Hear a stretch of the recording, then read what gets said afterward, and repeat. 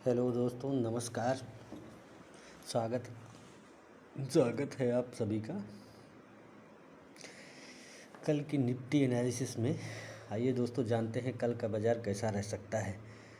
आज बढ़िया बाउंस मिला है, पिछले 3 दिनों से कंटिन्यू बाउंस मिल रहा है। और ये बाउंस है या रिवर्सल है, आइए इसको जानने की कोशिश करते हैं। अभी हमने चार्ट खोल रखा है गिफ्ट निफ्टी का 5 मिनट टाइम फ्रेम है। इसको मैं आवरली टाइम फ्रेम में कन्वर्ट कर देता हूँ। तो दोस्तों, आप देख सकते हो कि क्या पैनिक माहौल मचा हुआ है। और इसको प्रेडिक्ट कर लिया था मैंने लाइव मार्केट में, और टेलीग्राम चैनल पे मैंने इसको दिया भी था कि क्या निफ्टी 23,000 को फिर से अगेन रिटेस्ट करेगी या नहीं। आइए निफ्टी का चार्ट लगाते हैं और निफ्टी को एनालाइज करने की कोशिश करते हैं। और इस कोशिश को ऑलरेडी एनालिसिस करेंगे। ये एजुकेशनल पर्पज़ से वीडियो बनाई जा रही है। हम किसी तरीके की बाई सेल का रिकमेंडेशन नहीं करते हैं, ठीक है दोस्तों। तो आइए चलते हैं, उसको हम बड़े उस पर कन्वर्ट कर लेते हैं। चलिए, इन सभी चीज़ों को हम डिलीट करते हैं। ये प्राइस, अब इन सभी चीज़ों की कोई ज़रूरत नहीं है हमें। सारी की सारी चीज़ों को हटाते हैं यहाँ से। ओके दोस्तों,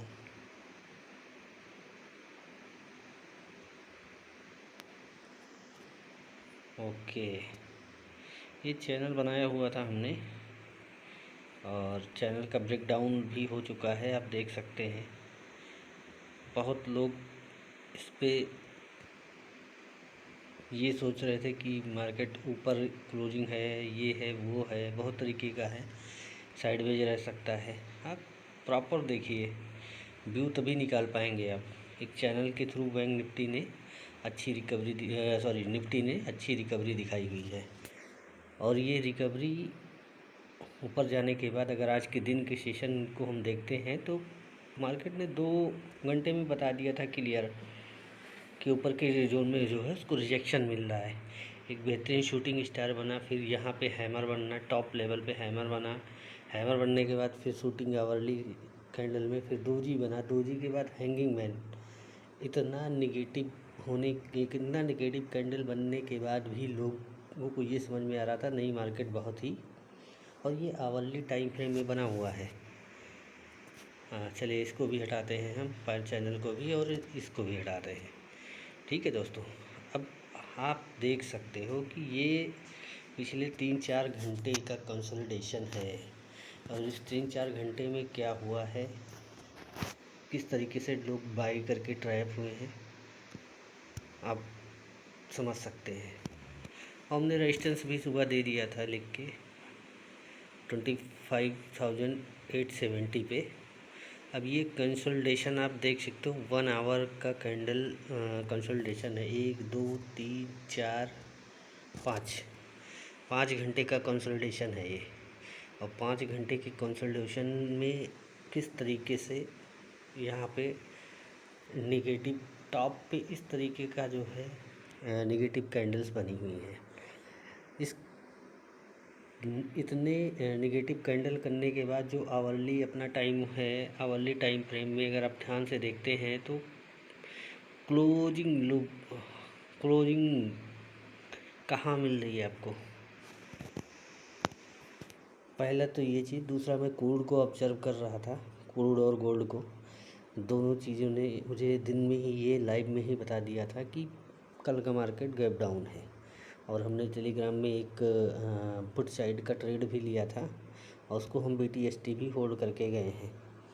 इंट्राडे जो करते हैं मैंने उनको एग्जिट बोल दिया था, क्योंकि लास्ट टाइम का पीरियड चल रहा था और लास्ट टाइम में प्रीमियम बढ़ते नहीं हैं बहुत ज़्यादा, तो कॉस्ट टू कॉस्ट प्राइस दिख रहा था मुझे, मैंने वहाँ एग्जिट कराया हुआ है लोगों को। और BTST मिला है जिसको रिस्क मैनेज हो रहा हो, जो रिस्क मैनेज करना जानता हो या जिसके पास रिस्क मैनेज करने की कैपेबिलिटी हो, वही BTST करे। ये मैंने टेलीग्राम ग्रुप में दे दिया था। तो आइए दोस्तों, कल के लेवल निकालने की कोशिश करते हैं। तो कल गिफ्ट निफ्टी के हिसाब से अगर हम देखते हैं, अभी फ्यूचर जिस हिसाब से चल रहा है, तो कल का जो है पहला सपोर्ट जो हमें दिखाई दे रहा है, मार्केट की ओपनिंग जो दिखाई दे रही है, उसकी रेंज जो हम देख पा रहे हैं, ये रेंज आपको कल की डेट में देखने को मिल सकती है। गैप डाउन ओपनिंग यहाँ पे मिल सकती है। ठीक है दोस्तों, हम यहाँ एक ब्लू लाइन डाल दे रहे हैं ताकि हम कंफर्म रहें कि कल के एनालिसिस में हम लोग क्या क्या एनालिसिस किए हैं। इसको भी हम लोग थोड़ा सा जो है खींच के इधर लेके जाते हैं। तो जानने की कोशिश करते हैं कि कल का मार्केट कैसा रह सकता है। अब ध्यान से देखते हैं। पहला तो फर्स्ट 5 मिनट की कैंडल को वॉच करना है। गैप डाउन, सबसे बड़ी कंडीशन ये है कि गैप डाउन कहाँ मिलता है, 23,300 के ऊपर या 23,300 के नीचे। उसके बाद पहली 5 मिनट की कैंडल को वॉच करना है हमें। उसके बाद अगर हमें पहली 5 मिनट की कैंडल के बाद उसका हाई टूटता हुआ दिखे, तो हमें वेट करना है फर्स्ट कैंडल का कम से कम 70 to 80% रीटेस्ट करे और वहाँ पे हमें बाई जनरेट करना है। ठीक है दोस्तों, अगर 300 के लेवल के ऊपर सस्टेन कर रहा है मार्केट, नहीं तो हमें इस जोन का वेट करना होगा। ये जोन हम लोग आइडेंटिफाई कर ले रहे हैं, अभी इसको मार्क भी कर दे रहे हैं एक हॉरिजॉन्टल लाइन से। दूसरा हमारा सपोर्ट जोन ये है, अगर मार्केट 150 से 200 की रेंज में ओपन होता है तो यहाँ से भी बाई इनिशिएट किया जा सकता है। ठीक है दोस्तों, ये ग्रीन लाइन को मैंने हॉरिजॉन्टल लाइन दे दिया है 150। पहला सपोर्ट हमारा 23,300 और सेकेंड सपोर्ट जो है 23,150, 23,150, 23,300। मेरी एक्सपेक्टेशन यही है कि इन्हीं कहीं के बीच में हमें मार्केट कल ओपन होता हुआ दिखाई देगा। और एक चीज़ और ध्यान देना है कि गैप डाउन के साथ ही सभी होल्डिंग्स हमको अपनी निकाल देनी है। और कोई भी यहाँ इस प्राइस के आने के बाद अगर कोई सेल करना चाहता है तो छोटी मोटी स्कैल्पिंग के लिए वो बैठ सकता है, लेकिन उसके रिस्क बड़े होंगे सेल में कोई भी बैठता है। तो कल हमें देखना ये है कि बाइंग क्या मिलती है। बाइंग के लिए हम लोगों को एक प्राइस एक्शन बना कर देख लेते हैं। हमें कल का मार्केट यहाँ कहीं पे ओपन होता हुआ दिख रहा है। अगर 300 के लेवल को सस्टेन करेगा फर्स्ट टाइम 5 मिनट में, तो इस तरीके का कैंडल देखने को मिल सकता है हमें।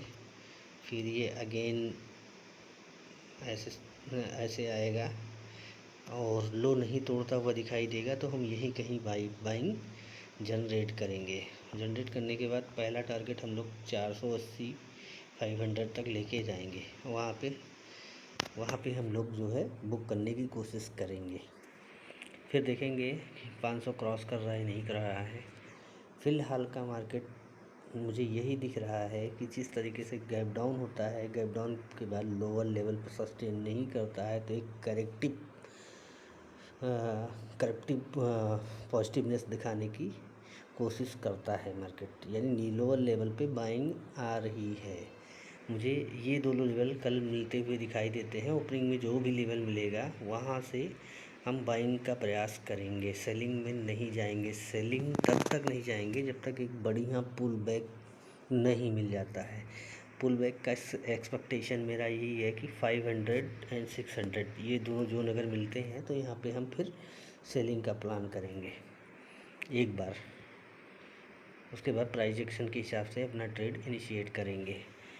तो निफ्टी का कल के लिए एनालिसिस मेरा यही है कि 23,150, 23,300 ये दोनों ही सपोर्ट लेवल हैं। ओपनिंग के बाद क्या होल्ड होता है क्या नहीं होल्ड होता है वो मार्केट ओपन होने के बाद डिक्लाइन रेशियो देखना पड़ेगा, साथ में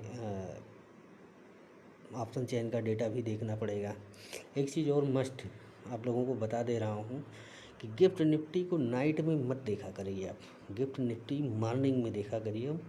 गिफ्ट निफ्टी मॉर्निंग में क्या कर रहा है, उसका रीज़न यही है कि रात में वो ग्लोबल मार्केट में सेंटीमेंट के हिसाब से बहुत सारी चीज़ें आती हैं, उस हिसाब से मार्केट रिएक्ट करता है और सुबह मॉर्निंग में उसको जो है गैप अप के साथ या मार्केट रात में राइज ले करके ऑलमोस्ट इक्वल पे आकर के क्लोज करता है। कई बार ऐसी चीज़ें ऐसी मैंने देखी हुई हैं। और दूसरी चीज़ ये कि टेलीग्राम ग्रुप में मैंने कई बार मैसेज दे रखा हूँ कि गिफ्ट निफ्टी मैंने वहाँ पे डाला हुआ है, बहुत कम लोगों के रिस्पांस आए इसलिए मैंने बताया नहीं, लेकिन आज मैं बता दे रहा हूँ आपको। जब भी मार्केट डाउन साइड में चल रहा हो, ट्रेंड ध्यान से सुनना मेरी बात को, जब भी मार्केट का ट्रेंड डाउन साइड में हो, अब मार्केट एक राइज ले रहा हो, तो बाउंस है या फिर रिवर्सल है, इसको कैसे कंफर्म करेंगे? गिफ्ट निफ्टी को देखते हुए, या गिफ्ट निफ्टी और निफ्टी दोनों को मिक्स करने के बाद हम जो ऑब्जर्वेशन निकालना चाहते हैं तो उससे हमें एक ऑब्जर्वेशन मिल जाता है। पिछले वेडनेसडे और ट्यूसडे और वेडनेसडे 2 दिन से मैं बोल रहा हूँ कॉल के प्रीमियम नहीं बढ़ रहे हैं, फ्यूचर ही बाउंस ले रहा है। तो वहीं पे जो है एक इंडिकेशन मिल रहा था कि ये करेक्टिव जो है एक्टिविटी है, मार्केट बाउंस ले रहा है और मार्केट रिवर्सल नहीं ले रहा है, ये कंफर्मेशन मुझे थी। तो और दूसरी चीज़ ये है कि गिफ्ट निफ्टी और निफ्टी 50 दोनों लाइव मार्केट में जब भी डाउन सेगमेंट में डाउन ट्रेंड में दोनों इक्वल आसपास 10-5 पॉइंट 20 पॉइंट का अगर गैप मिल दिखाई दे तो आप समझ लो कि एक डिस्काउंटेबल प्राइस है गिफ्ट निफ्टी का या निफ्टी फ्यूचर का गिफ्ट डिस्काउंट लेवल है। तो डिस्काउंट लेवल पे कोई चीज़ जब मिलती है तो वहाँ पे सेलर एक्टिव हो जाते हैं। ऐसे ही सेम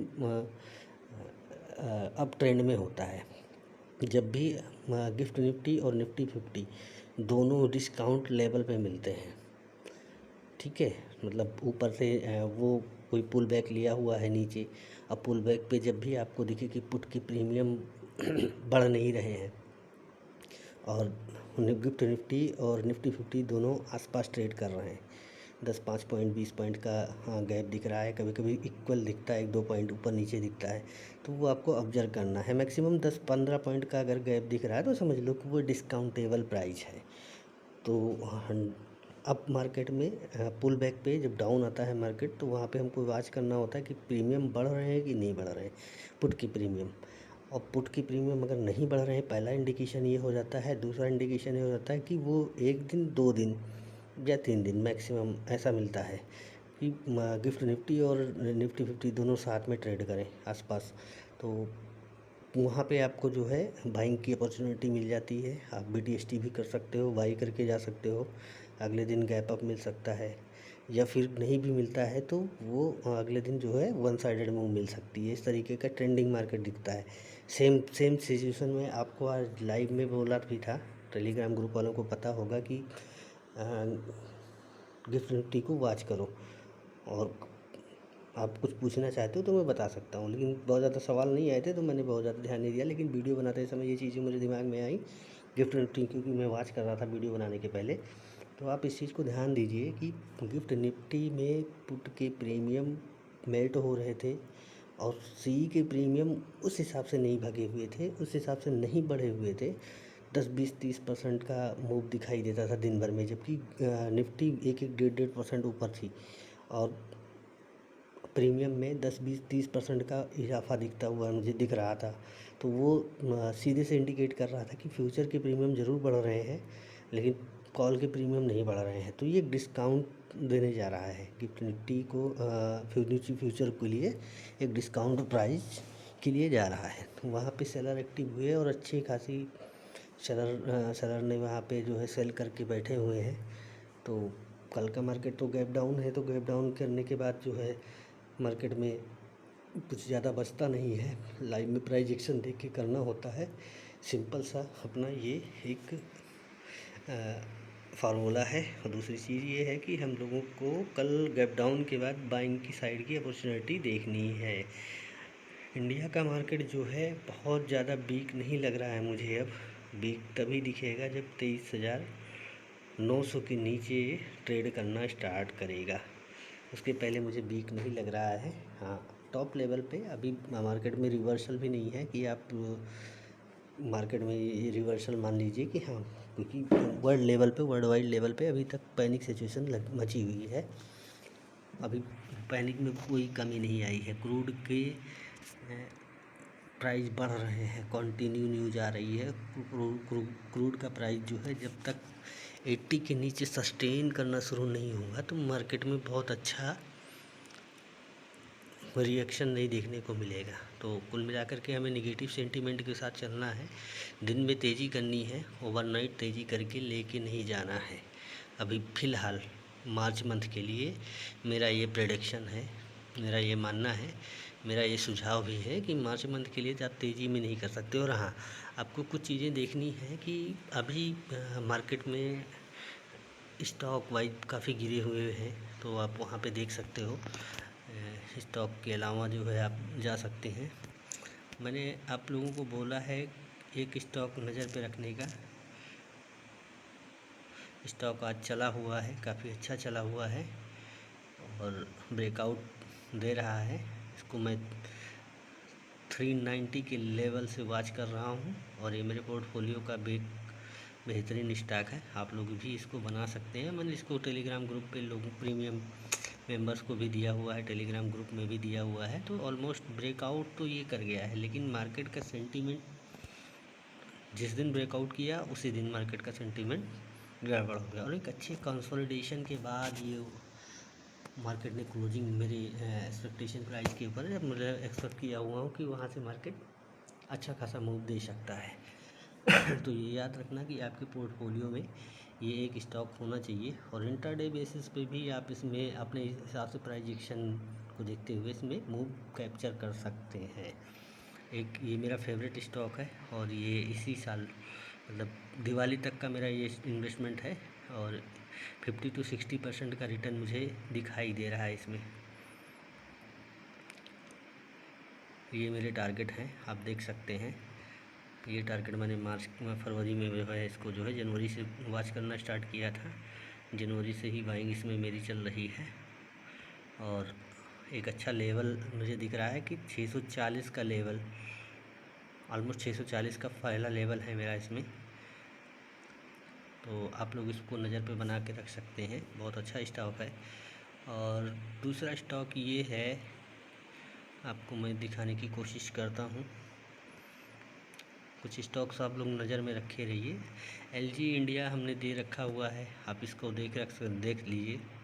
एक अच्छा स्टॉक है, बेहतरीन स्टॉक है। दूसरी चीज़ ये है कि समर वेकेशन में अच्छा खासा चलते हैं ये स्टॉक्स, ठीक है। आप इस पर नज़र बना के रखिए।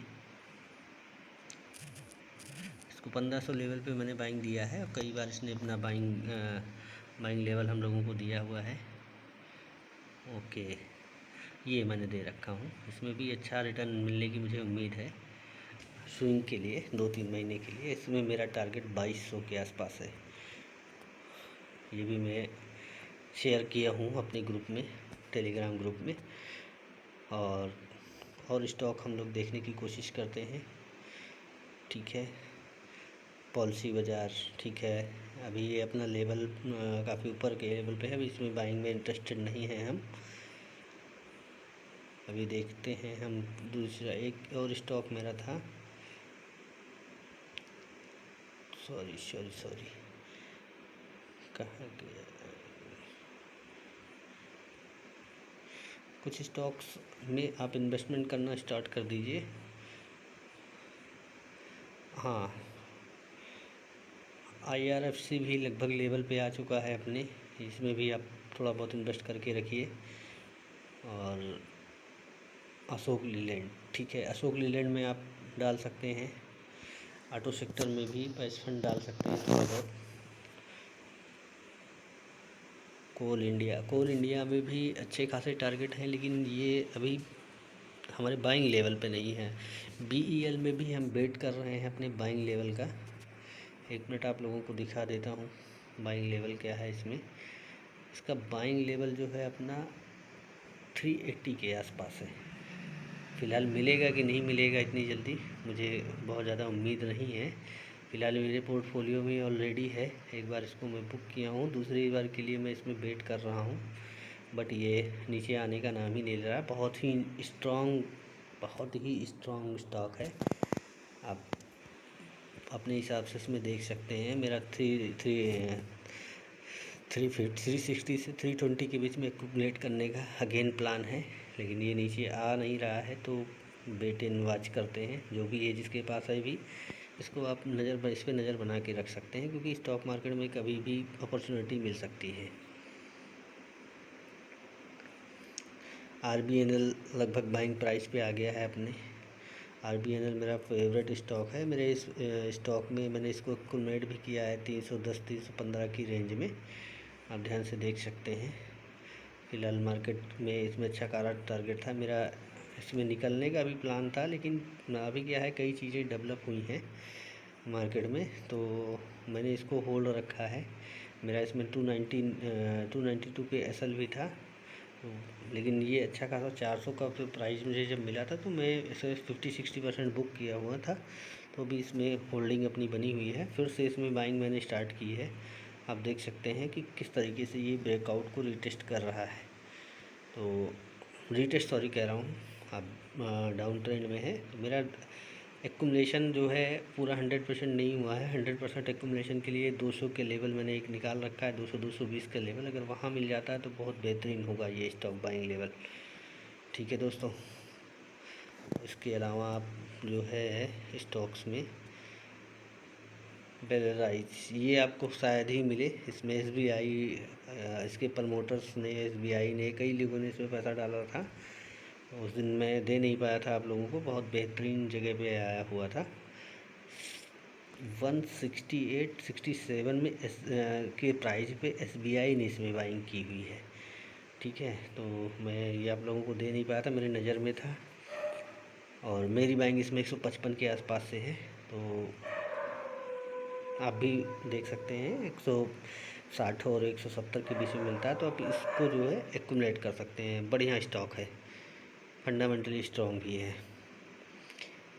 और अभी आप इसको देख लीजिए IRCTC। अब ये सारे स्टॉक बहुत ही डिस्काउंट पे मिल रहे हैं। अब आप ठीक ठाक डिस्काउंट रेट पे मिल रहा है, और इन मोनोपोली वाले स्टॉक हैं, इनका कोई कंपटीटर नहीं है, इनका प्रॉफिट होना ही होना है। हाँ, गवर्नमेंट थोड़ी बहुत इशू करती रहती है, तो वो उसको नज़र बना के रखना है। अगर किसी के पास पहले से होल्ड नहीं है तो आप इसको 400 की रेंज में, 400-450 की रेंज में अगर मिलता है आपको तो एक बेहतरीन बाइंग होगी। ठीक है, इसमें मार्क कर दे रहा हूँ मैं एक बार।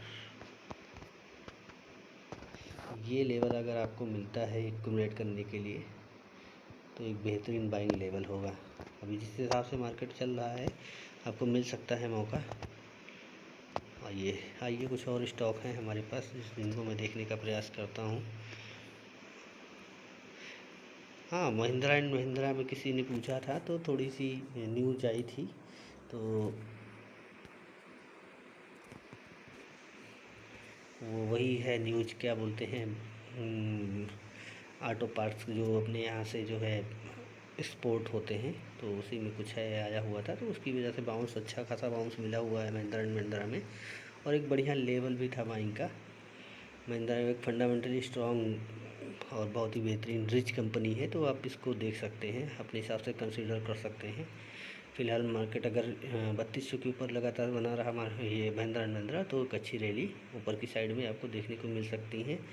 और मेरा बाइंग लेवल जो था वो ऑलमोस्ट आ चुका हुआ है। इसमें छोटी बाइंग आई हुई है, मेन बाइंग मेरा 24,000 पे थी, 2400 पे थी, सॉरी 2400 से 2500 पे अगर मिलता मुझे तो मैं यहाँ पे इंटरेस्टेड होता। ठीक है, बाकी आपको मैं 2-3 और स्टॉक, बिरला सॉफ्ट में आप एक्यूमुलेशन स्टार्ट कर सकते हैं, बहुत अच्छा स्टॉक है। ठीक है। और इसमें अच्छा खासा अच्छी बाइंग आई हुई है, आप देख सकते हैं लोअर लेवल पे किस तरीके से, और बहुत ही पिटा हुआ स्टॉक है। स्ट्रॉन्ग बहुत ज़्यादा, लेकिन अभी क्या है कि जो कुछ न्यूज़ हुई थी, और ये एक तीसरे बॉटम आप देख सकते हैं, इसमें मैंने पैटर्न भी बना रखा है डबल बॉटम का, बढ़िया निकला हुआ था। नेक लाइन के ऊपर वो निकलने का प्रयास कर रहा था, नहीं निकल पाया। कई बार क्लोज करने की भी कोशिश की, नहीं कर पाया वीकली टाइम फ्रेम में।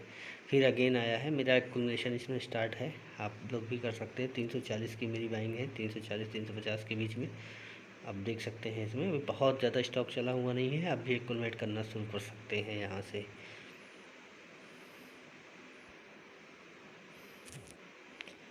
वीडियो थोड़ा लंबी हो जा रही है ये स्टॉक एनालिसिस के चक्कर में, तो आप इसको जो है थोड़ा से देख लीजिएगा। डीमार्ट, आईशियम, वोल्टास। हाँ, एक ये मेरा स्टॉक है कि इसी ये इसमें कई चीज़ें मैंने इसमें देखी हुई हैं। ऑर्डर बुक इनकी स्ट्रेंथ से बहुत ज़्यादा है, बहुत ज़्यादा हैवी है। पी रेशियो भी ठीक है इनका। इनकी इनकम अभी ये जनरेट नहीं कर पा रहे हैं, और डेप्थ बहुत कम है इनके ऊपर, आप देख सकते हैं। ये 1200 के नीचे गिरा हुआ स्टॉक है। इंफ्रास्ट्रक्चर का स्टॉक है, बेहतरीन बाइंग लेवल। इसको भी मैंने सबको शेयर किया हुआ है टेलीग्राम ग्रुप पे, और बेहतरीन बाइंग लेवल इसने जनरेट अपना कर दिया है। मेरी बाइंग इसमें भी स्टार्ट हो गई है, तो आप लोग भी अपने हिसाब से अपने एडवाइज़र से बात करके इसमें इन्वेस्टमेंट कर सकते हैं। तो दोस्तों, कुछ इस तरीके के स्टॉक हैं जो मैंने आज आपको बताए हैं। इन सभी स्टॉक्स को आप अपने हिसाब से अपनी एनालिसिस, खुद की एनालिसिस करके आप इनमें जो है अपना पोर्टफोलियो 2027 के लिए बना सकते हैं। फ़िलहाल कुछ और मैं कह सकता हूँ दोस्तों कि आप वेट कर सकते हैं 1-2 दिन 3 दिन तक, थोड़ा से लेवल ऊपर नीचे आपका हो जाएगा, लेकिन वेट करके 10 दिन या मार्च का वेट करके अप्रैल में इन्वेस्टमेंट करना शुरू कर दीजिए। मे भी जो भी वार चल रही है, ये वार ज़्यादा लंबा खींचा, ज़्यादा ड्यूरेशन तक चला, तो फिर थोड़ी बहुत प्रॉब्लम और होगी। ऐसे में मार्केट अपना और नीचे आएगा। स्ट्रेट ऑफ हॉर्मुज़ जब तक बंद रहेगा, क्योंकि दुनिया क्रूड ऑयल पे बहुत डिपेंड करती है। सारे ट्रांसपोर्टेशन, प्रोडक्शन, मतलब हर चीज़ में, आपके घर तक, इवन आपके घर की रसोई तक क्रूड ऑयल और गैस, ये सारी चीज़ें इम्पैक्ट करती हैं। तो थोड़ा इस पे नज़र बना के रख सकते हैं आप। हर इकोनॉमी, हर कंट्री की इकोनॉमी में कुछ ना कुछ प्रॉब्लम होना तय है। फिलहाल ईरान कब तक टिका रहता है, सारी चीज़ें इस पे डिपेंड करेगा। ओके, तो आप लोग अब एनालिसिस करते रहिए, प्रॉफिट करते रहिए, खुश रहिए, मस्त रहिए। और लाइव में बहुत सारी चीज़ें लाइव में डेवलप होती हैं।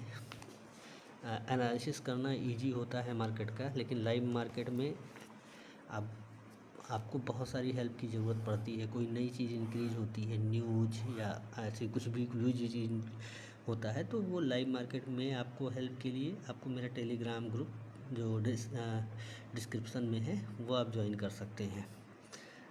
बाकी आप लाइक सब्सक्राइब करना मत भूलिएगा, क्योंकि इसी तरीके का अपडेट आपको मिलते रहेंगे, और अच्छे से अपडेट आपको बहुत जल्दी से मिलने लगेगा। और आप उसके पहले चैनल को सब्सक्राइब करके रखिए, नोटिफिकेशन को ऑन करके रखिए, ताकि आपको टाइमली अपडेट मिलता रहे। थैंक यू, धन्यवाद।